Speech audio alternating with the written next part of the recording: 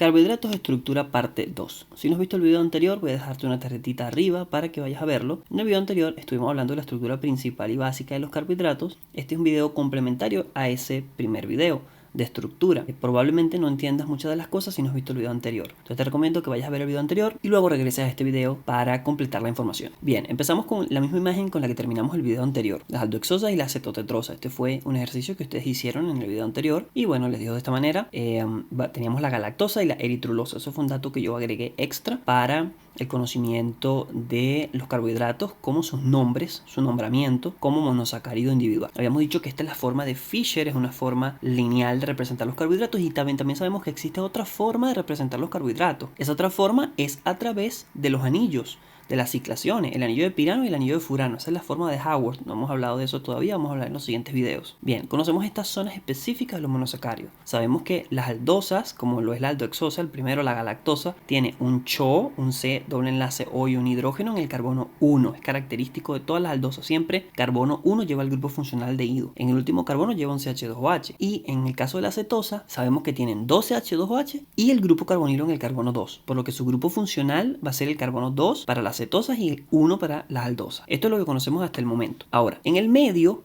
entre el grupo funcional y los CH2OH, existen los isómeros. Se los hablé en el video anterior. Los isómeros básicamente van a ser estos que están aquí. En este caso, en el caso de la galactosa tiene 4 isómeros y la acetotetrosa tiene un solo isómero. Bien, esos isómeros nos van a proporcionar a nosotros información del carbohidrato. Nos van a permitir saber cosas de ese carbohidrato. Por ejemplo, ahí dice galactosa, pero antes de la galactosa hay una D. Tú dices, ¿qué significa esa D? Esa D significa la isomería óptica que presenta la molécula. Entonces, ¿quién nos dice que esa molécula es de uno de esos carbonos que está allí? Para que tengamos claro esto, en el caso de la aldoexosa, como es la imagen que estoy poniendo ahorita, vamos a tener dos carbonos sumamente importantes que nos van a proporcionar información de ese monosacárido. Esos carbonos son el carbono anomérico y el carbono preterminal. El carbono preterminal es fácil porque es el que está pre a terminar, siempre es el penúltimo carbono. No importa si la molécula tiene 5 o 6 carbonos, en el caso de que tenga 6 va a ser el carbono 5, en el caso de que tenga 5 va a ser el carbono 4 y así sucesivamente. ¿Qué va a pasar? Lo importante y lo que quiero recalcar aquí es lo del carbono anomérico. Miren, cuando Fischer creó su estructura lineal, que es esta estructura, él no se conocía el término anomérico, por lo que si usted le dice a su profesor que usted en esa forma de Fischer ve el carbono anomérico o la forma anomérica del monosacárido, su profesor probablemente lo regañe y le diga que eso no es así, tal vez le raspe el examen. Entonces, tiene que tener mucho cuidado porque cuando Fischer creó esa estructura, Fischer basó sus estudios, él creó su estructura de sus carbohidratos, pero él basó sus estudios en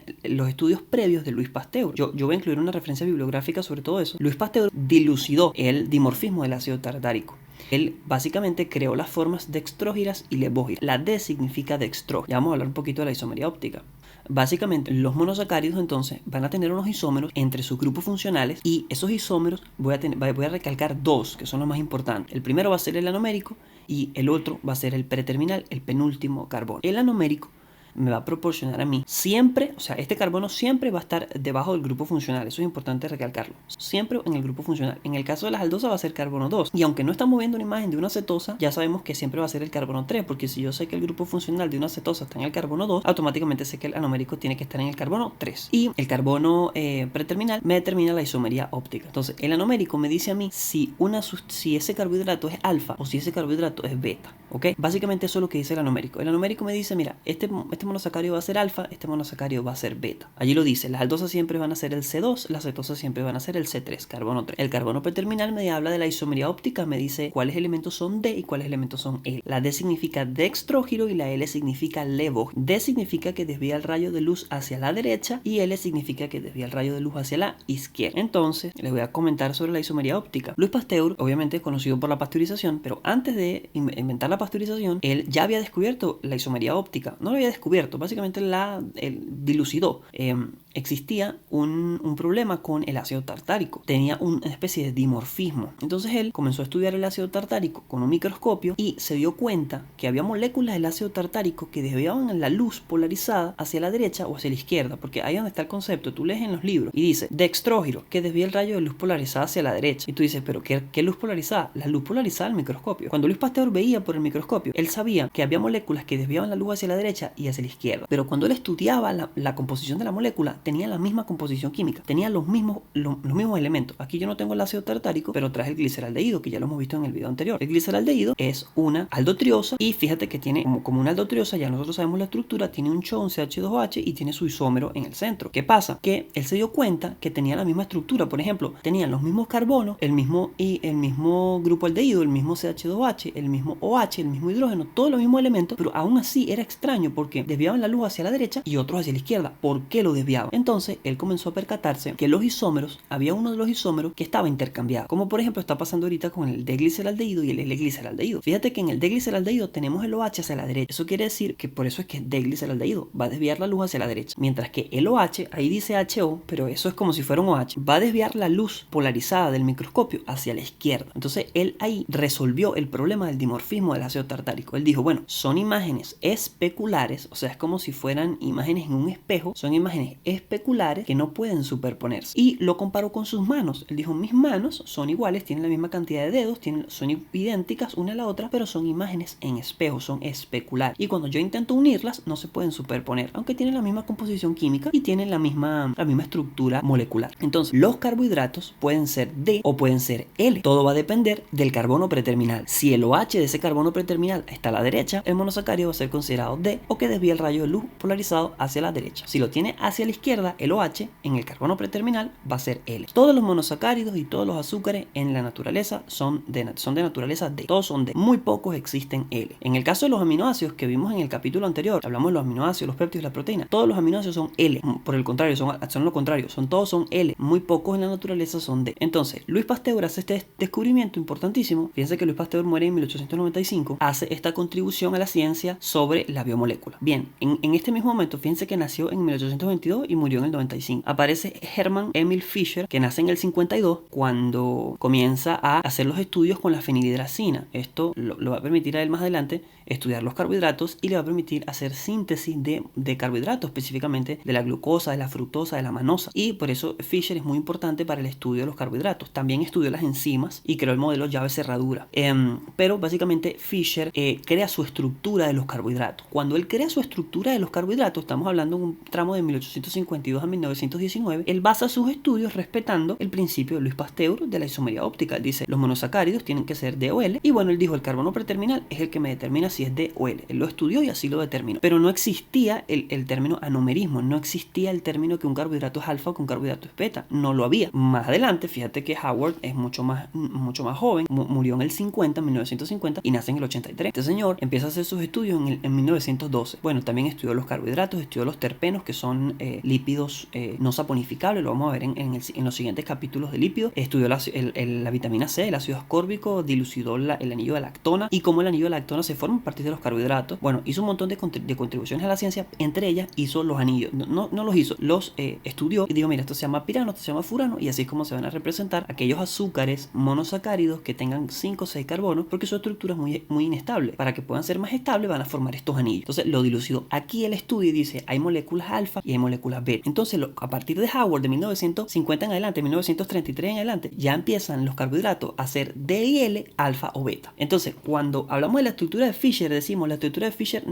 te dicen los profesores, no me dice a mí si el monosacárido es alfa o beta, y se ponen complicados con eso con los alumnos, pero es un dato que no existía. Es como que tú tengas un Nokia 8520 y le busques la cámara o le busques la pantalla táctil. Cuando se inventó el 8520 no existían pantallas táctiles y no existían cámaras, sino que se hicieron después. Y fíjate que el estudio de Howard está basado en el estudio de Fischer, y en el de Fischer en el de Louis Pasteur. Entonces esto es simplemente una referencia histórica para que no me dejen comentarios diciendo la forma de Fischer no tiene la forma alfa o beta, eso es mentira, porque prefería hacer una referencia histórica de cómo sucedieron los hechos. Entonces, repito, ¿por qué hablo del carbono numérico en la forma de Fischer? Porque es una forma memotécnica. Vamos a hacer un ejercicio más adelante que es cambiar de Fischer a Howard. Para yo cambiar de Fischer a Howard, yo necesito saber si ese monosacárido es alfa o beta para hacer el ejercicio bien. ¿Y por qué? Porque eso es un requerimiento académico. Es algo que de esa forma evalúan los profesores que tú sabes la estructura de los carbohidratos. Entonces, simplemente por algo de estudio, algo memotécnico, si su profesor le pregunta, la forma de Fischer me dice si un carbohidrato es alfa o beta, usted dice que no, aunque usted sabe cómo, porque yo se lo estoy explicando, y aunque usted sabe ya la referencia histórica. Muy bien, entonces tengo mi carbono numérico y mi carbono preterminal. Vamos con las reglas. Si el OH del carbono numérico está del lado derecho, el señor carbohidrato va a ser alfa. Si el OH estuviera del lado izquierdo, va a ser beta. En el caso del preterminal, ya lo dijimos, si está del lado derecho es D, si está del lado izquierdo es L. En este caso está la de galactosa. Ya nosotros sabemos que esa galactosa está en forma alfa, aunque no lo escribimos y no lo decimos, pero ya lo sabemos porque el carbohidrato me está proporcionando esa información. Bien,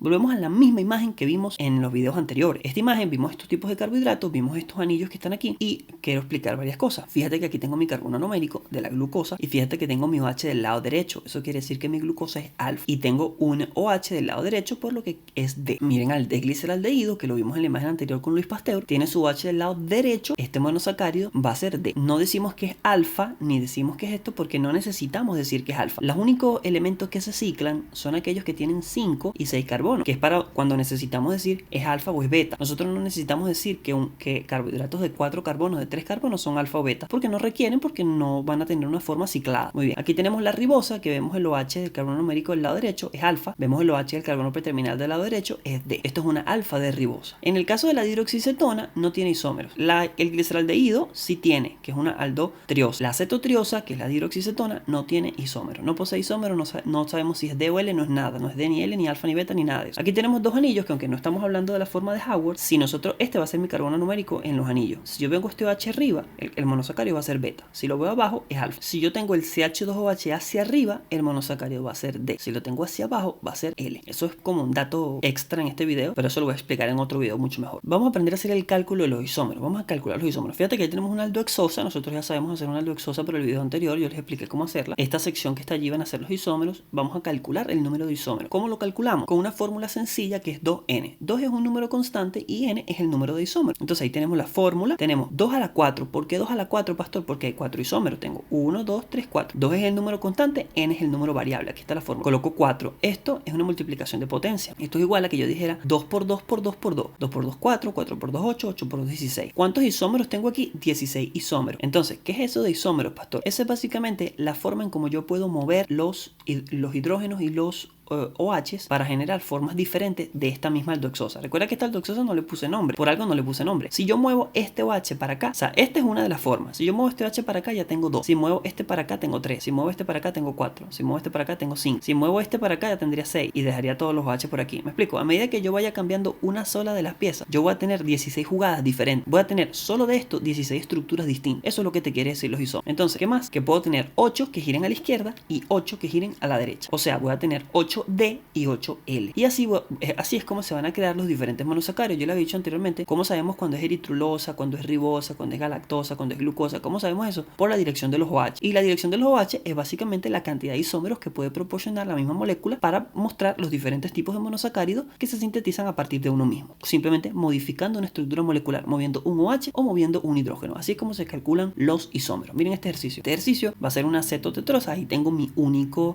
isómero. Y miren, voy a usar la fórmula 2 a la 1 porque 1 es el número variable, solo tengo un isómero. 2 por 1 es 2, tengo 2 isómeros. Un isómero que gire a la izquierda y un isómero que gire a la derecha. En este caso estamos viendo el isómero D, pero si yo muevo esto para acá, tendría el isómero L. A eso me refiero. En el ejercicio anterior de pronto es más complicado porque son 16 isómeros, pero en este ejercicio es mucho más sencillo para explicar. Así como se calculan los isómeros, pueden hacer ejercicios de cálculo de isómeros cuantos quieran. Simplemente escogen una molécula, seleccionen los isómeros, utilicen la fórmula y van a poder calcular los isómeros de los monosacáridos en forma de Fischer. Muchas gracias por ver este video. No olviden darle like, compartir, suscribirse. Visiten mi página web bioquimicadepastor.com. Van a encontrar información gratuita sobre carbohidratos para que descarguen toda la que quieran. Hay videojuegos, hay videos, hay clases en vivo, hay de todo. Ingresen a bioquimicadepastor.com. Estamos creando una plataforma para que puedan hacer cursos online con nosotros. Le mandemos la información, las guías, las clases a través de una plataforma Moodle. Quédense atentos a las acciones del canal. Entren a bioquimicadepastor.com. Muchas gracias.